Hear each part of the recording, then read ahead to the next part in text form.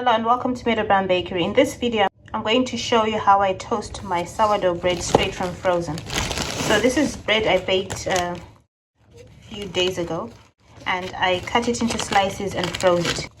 This is why I cut bread into slices before I freeze it, because it's so much easier to then toast.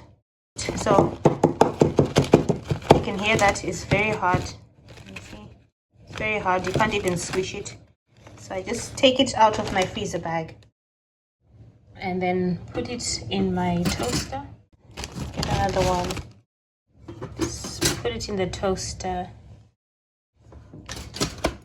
Press it down and just leave it to toast. Okay, so you toast it according to how well you want it done. And sourdough bread takes longer to toast than store-bought bread. Okay, and then that's it. Nice and simple. Thanks for watching and see you again soon. For more videos like this, visit my website www.meadowbakery.com. Please like and subscribe to my channel.